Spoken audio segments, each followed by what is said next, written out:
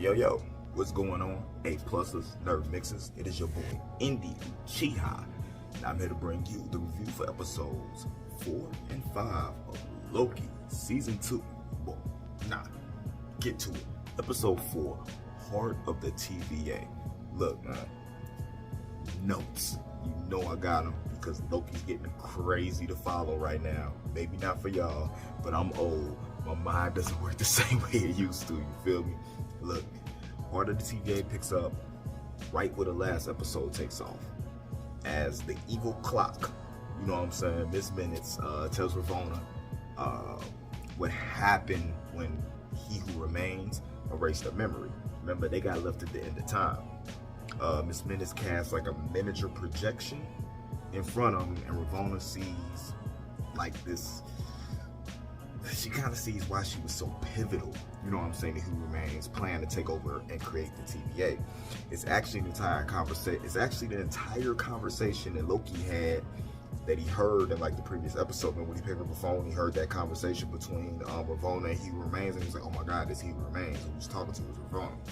We got the entire conversation laid out instead of just a portion of it. But this leaves the question, why was the convo there for Loki to hear in the first place? And then we learned that Ravonna actually commanded the army that won He Remains the war. Still, this is what gets me. You drop her off at the end of time because you don't want to kill her, but then you leave her with a temp pad.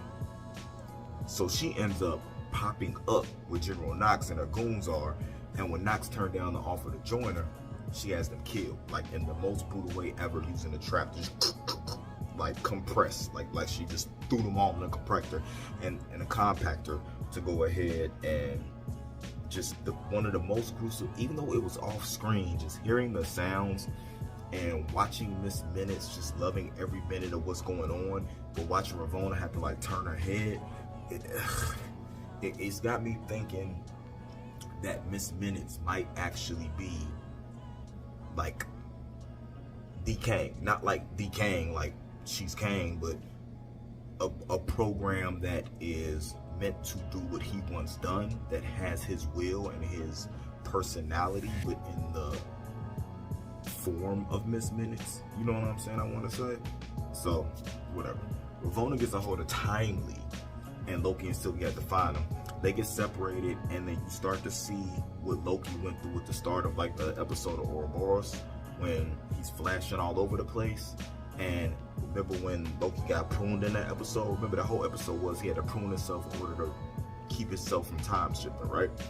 So what happened was ended up Loki pruning Loki. So you're seeing everything just fall into place. So you're starting to feel like, hey, this is supposed to happen. Loki's doing everything he needs to do. We're gonna save the day. Obi ends up resetting the TVA, which resets Miss Minutes, and then Sylvie and Chance X5, who was down with Ravonna, you know what I'm saying, didn't want to get compacted with the rest of them into pruning Ravonna. So Ravonna goes bye-bye. Then the team is back together. They're arguing over who's going to end up to go out there to set the machine up in order to save the sacred timelines.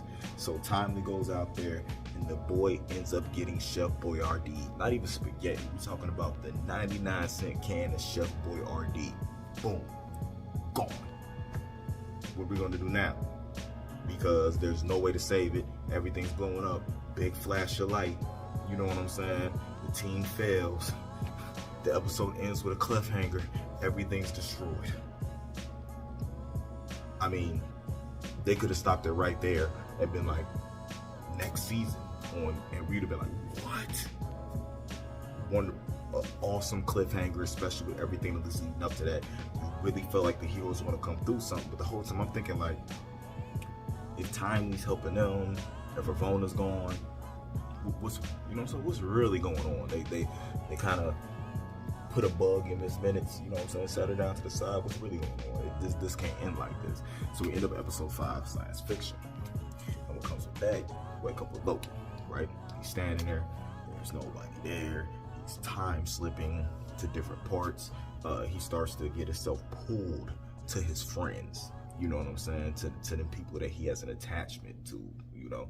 So he keeps popping up with Obi, he pops up with everybody else. But the whole reason he popped with OB, he ends up getting OB to build a temp pad, talks to him. Everybody's like living their own lives. OB is sitting there creating all types of stuff, gives him the information he needs, give him the book he's written so he can create a temp pad, and then he jumps to where Morbius is, who Morbius is living his life with his boys, selling jet skis in Cleveland.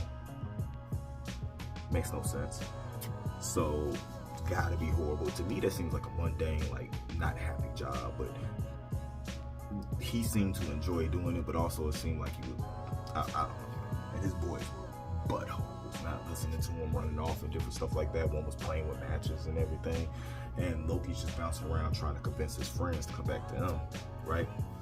You got the one dude who's always sitting at the desk to help OB make the box. He's like escaping prison.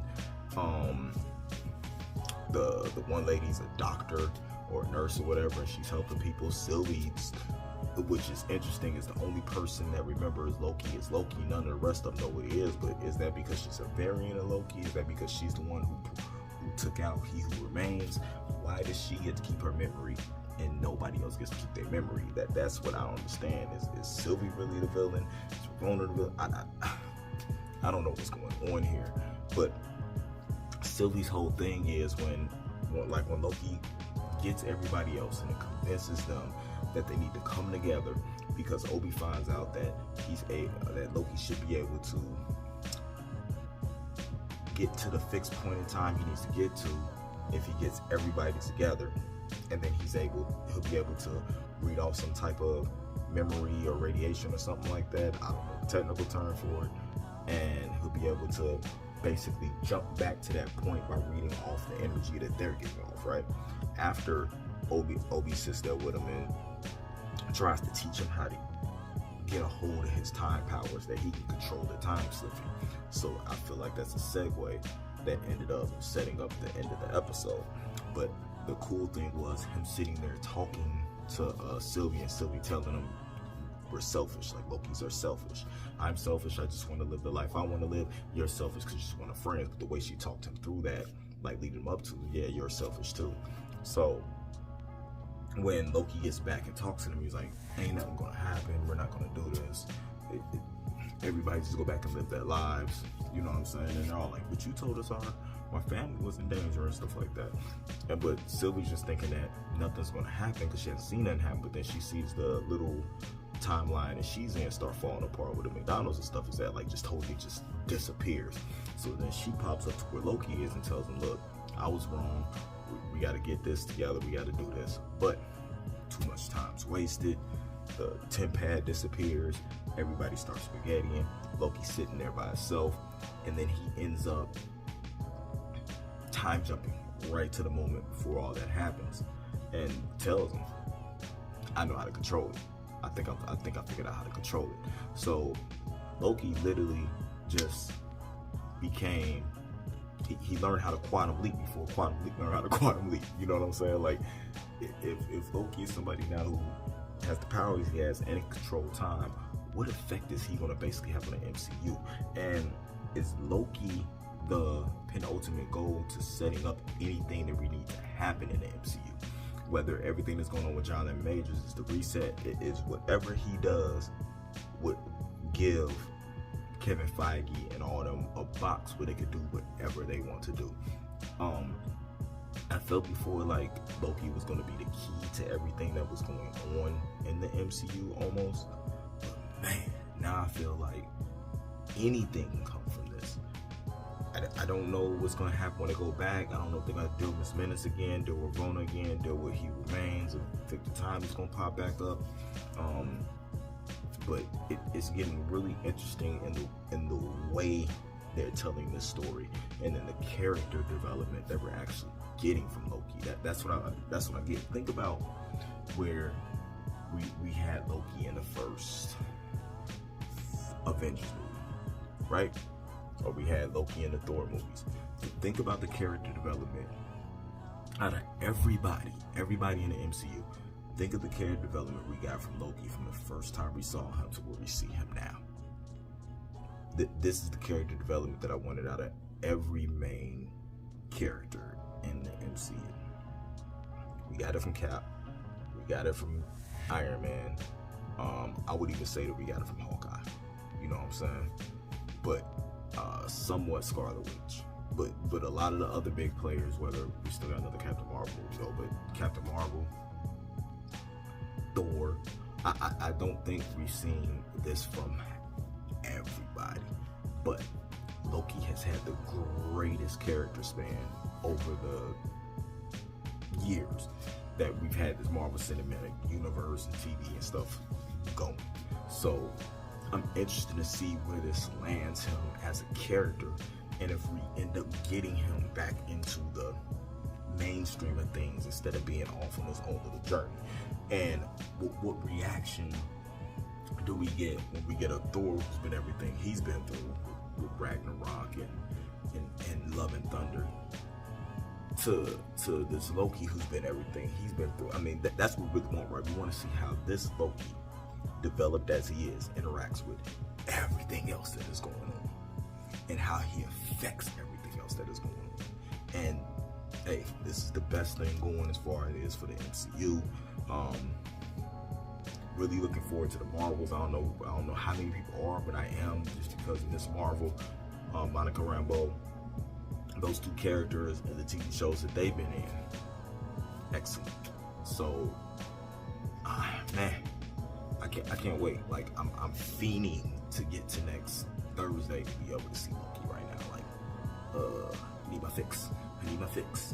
Let me know what you guys thought about these 2 episodes in the comments below. If you feel I missed anything or something you want to talk about, put it in the comments. Let's have that conversation, see what's going on. Don't forget to like and subscribe.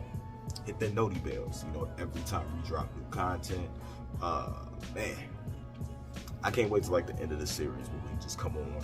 Might bring some guests on too, and we all just talk about this series and what it meant to the MCU and where we think it's going. Because I think Loki is heading somewhere big. I can't put my finger on it yet. You guys remember when I used to peg stuff, you know what I'm saying, in the future and talk about it? Ever since cancer, I feel like my brain hasn't worked, you know what I'm saying, properly like that. It's really hard for me to foreshadow or think that far ahead. It takes me a long time to put the pieces together. But when I put them together, we're going to have one hell of a conversation. Keep it A+. This has been a Nerd Mix. And be out.